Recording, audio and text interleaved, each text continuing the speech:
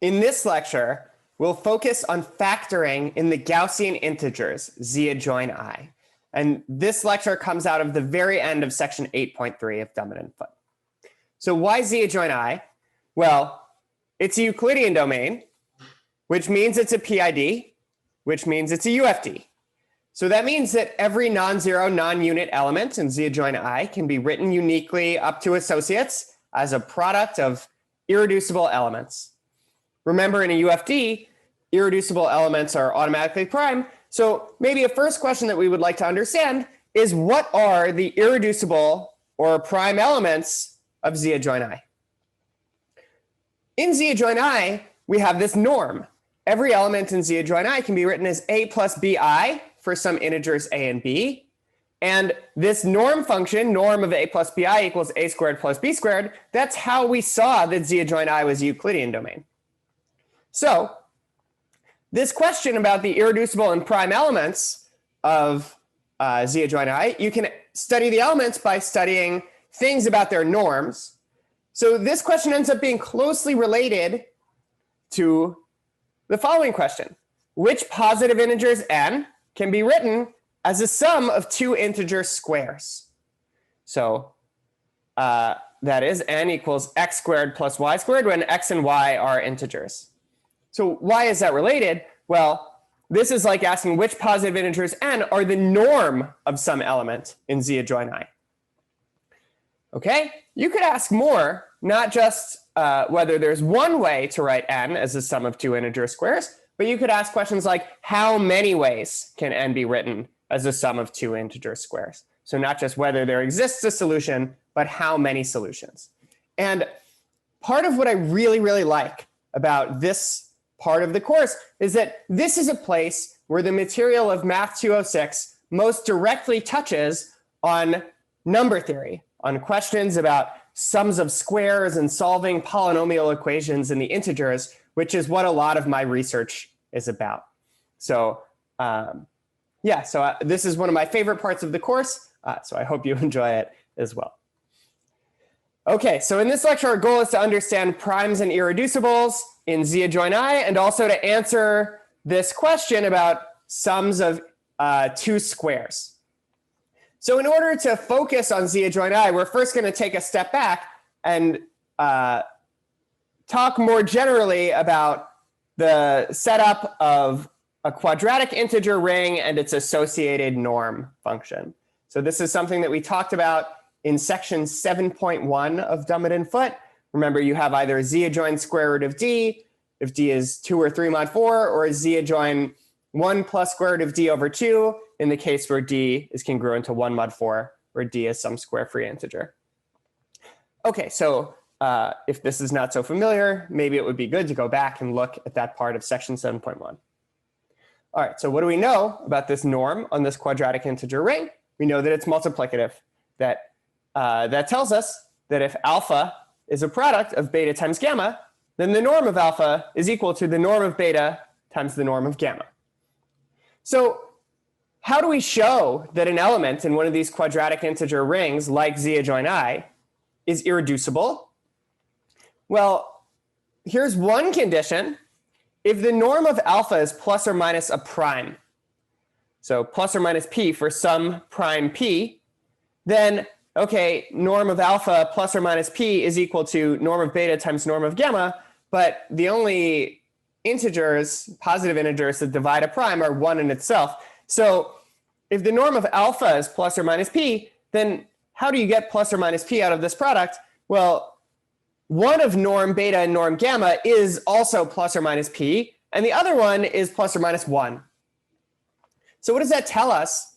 We proved earlier that if x in one of these quadratic integer rings is a unit, or that x in one of these quadratic integer rings is a unit if and only if the norm of x is plus or minus 1, that you can find the units by finding the elements of norm plus or minus 1. So what does that mean? If you can write alpha as beta times gamma, one of beta and gamma has norm plus or minus p, but the other one has norm plus or minus 1, so it's a unit. So that means anytime you factor alpha as a product of two elements in your ring, one of those elements is a unit. And that's what it means to be an irreducible element. So we have seen that if the norm of alpha is equal to plus or minus p for some prime p, some integer prime p, then alpha is an irreducible element in this quadratic integer ring. So this is true in any quadratic integer ring. So in particular, it's true in Z adjoin I. Okay, so I'll pause and erase and tell you how to use this observation to start moving towards understanding the irreducible elements in Z adjoin I. We want to understand irreducible elements in the quadratic integer ring O. Let's suppose pi in O is a prime element. That means that the ideal generated by pi is prime. And here's a really useful idea. We'll consider the intersection with this prime ideal in the quadratic integer ring O with Z, which is a subring of this quadratic integer ring. Why do we know anything about that intersection? Well, exercise 24a in section 7.3, a special case of it is as follows. Let's say that S is a ring with identity 1 not equal to 0, and R is going to be a subring of S that contains that identity. If J is an ideal of the bigger ring, then the intersection of the ideal of S with this subring R is an ideal in R. Okay, so what does that say in this case? Let's say that O is S and R, the subring, is the integers. So the intersection of the ideal generated by pi with Z is an ideal of Z. And we know a lot about ideals in Z. And in fact, not only is it an ideal, but it's a prime ideal. So let's prove that. What does it mean for this to be a prime ideal in Z? If we have a product of two things that are in this ideal, one or the other has to be in the ideal. All right, so let's say two integers, a and b, such that their product is in the ideal generated by pi. So, okay, that means that in fact their product is not just in the ideal generated by pi, but it's clearly in Z. So it's in this ideal that is the ideal generated by pi intersected with Z. Okay, so our goal now is to show that one or the other of these things was already in the ideal generated by pi intersected with Z. Okay, why is that true? Well, since the ideal generated by pi is prime, A is in the ideal generated by pi, or B is. And that means, since they're both integers, one or the other was in ideal generated by pi intersect Z. Okay, so what is this ideal? Well, the only prime ideals in Z are the 0 ideal, the like trivial ideal, and then PZ for primes P. Okay, so let's see that the ideal generated by pi intersect Z is not the trivial ideal. Well, what's in it? The norm of pi is a non-zero positive integer. And it's in the ideal because it's equal to pi times pi bar, this conjugate element where everywhere you see a square root of d, you flip to negative square root of d. This is something that we talked about when we talked about norms in quadratic integer rings. Okay, so what does that mean? The norm of pi is in the ideal generated by pi intersect Z. Okay, well that's enough. There's some non-zero positive integer in this ideal, so this ideal certainly isn't the 0 ideal. That means that it's equal to PZ for some prime P. Okay, so you start with some prime element, you take the ideal that it generates, intersect with Z, and you get PZ for some prime P. And okay, so what's in this ideal now? Well, P is in PZ, so P certainly needs to be over here as well. So P is in the ideal generated by pi. So that means that pi divides the integer P in O. Okay, so what does that mean? That means that if our goal is to find all of the irreducible or prime elements, irreducible slash prime, they're the same thing, all of the irreducible elements in O, we need only consider the irreducible elements that divide integer primes P in O. So we're just going to look at every integer prime and factor it into a product of irreducible elements in O. All of the irreducibles that show up will have to show up in one of those factorizations. So what's the idea? We're going to go through this process. When would we find this pi? We would find this pi when we factor the integer prime p in the ring O. In one of those factorizations, we will find pi because we know that pi is an irreducible element in this ring that divides p. So that's when we would have found it. Okay, so I'll pause and erase and say a little bit more about factorizations in general in quadratic integer rings O, and then I'll talk a little bit about the special case of Z adjoin I. We've seen that if we start with some prime element pi in one of these quadratic integer rings O, then pi divides p for some integer prime p. Okay, so let's suppose that pi divides p in O. Let's say that, so that means that p equals pi times something. Let's suppose that p equals pi times pi prime for some element pi prime in O. Well, taking norms of both sides of this equation, the norm of p is always p squared in any one of these quadratic integer rings. You can see that just by looking at what the norm function looks like. So the norm of p is p squared, which means the norm of pi times the norm of pi prime is also p squared. And what do we know? We know that pi is prime in O, so it's definitely not a unit. So that means that the norm of pi is not plus or minus 1. So it's some integer, and it divides p squared, and it's not plus or minus 1. So what can it be? There are two possibilities. It could be plus or minus p squared. But if that's the case, then the norm of pi prime is plus or minus 1. And that means that pi prime is a unit. So what does that tell us? That means that p is associate to this element pi, which we know is prime. So that means that if you're associate to something that's prime, you're also prime. So p is irreducible in O in this case. Okay, what's the other possibility is if norm of pi and norm of pi prime are both equal to plus or minus p. And earlier in this video, we saw that if you have norm plus or minus p, you must be irreducible. So we already know that pi is prime, so pi is irreducible. But that means that pi prime is also irreducible. So in this case, p is equal to pi times pi prime. That's a product of exactly two irreducible elements in O, and each one has norm plus or minus p. And those are the only possibilities. So if you factor p into a product of irreducibles, then you either have that p itself is already irreducible, or if p factors into a product of irreducibles, by looking at the norms, you have to have exactly two irreducibles in this factorization, and each one has norm plus or minus p. Okay, so now we're going to go from the general case of a quadratic integer ring O to the special case of O equals Z adjoin I. In Z adjoin I, one thing that'll be helpful is we already have a good description of the units. It's plus or minus 1 and plus or minus I. Okay, so what do we want to understand? We want all of the irreducible slash prime elements in Z adjoin I.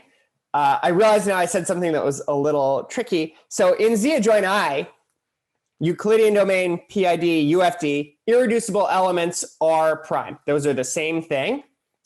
In a general quadratic integer ring, you might not be a UFD. You might not be a PID. You might not be a Euclidean domain. So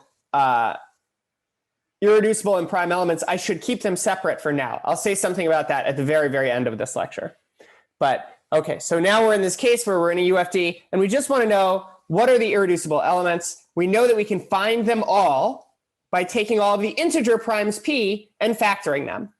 And in some cases, our integer prime p will be an irreducible element of Z adjoin I.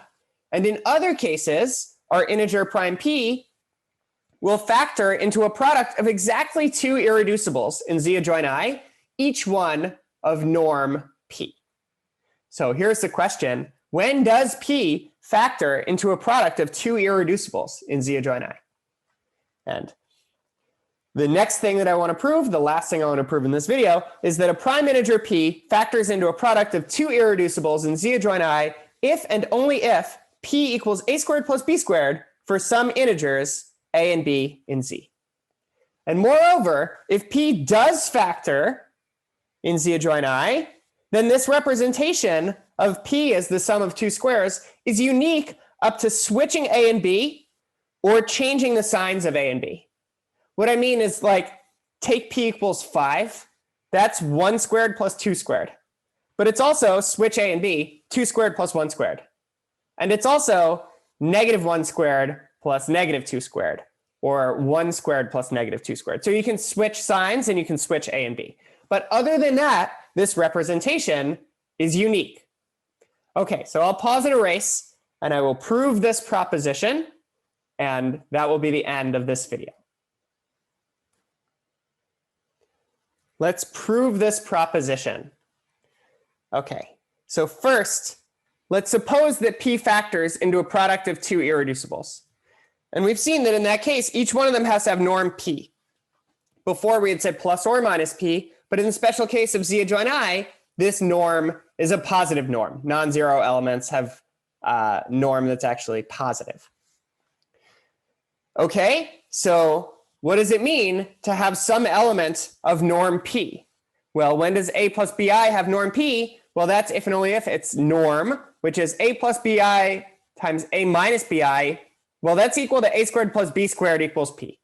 So we've seen that one direction is true. If p factors into a product of two irreducibles, then p equals a squared plus b squared for some integers a and b in Z.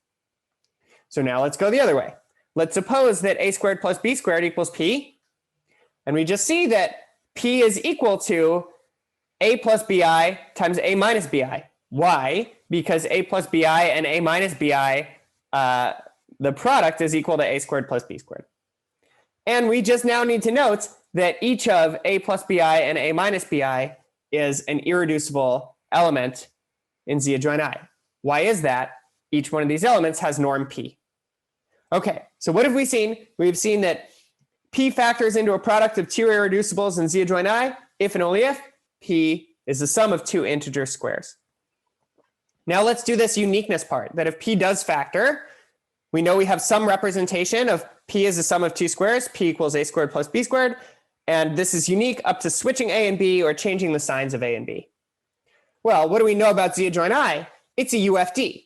So if p factors into a product of two irreducibles in Z adjoin I, which we've seen, that happens exactly when p equals a squared plus b squared, a plus bi times a minus bi, this factorization is unique up to associates. So,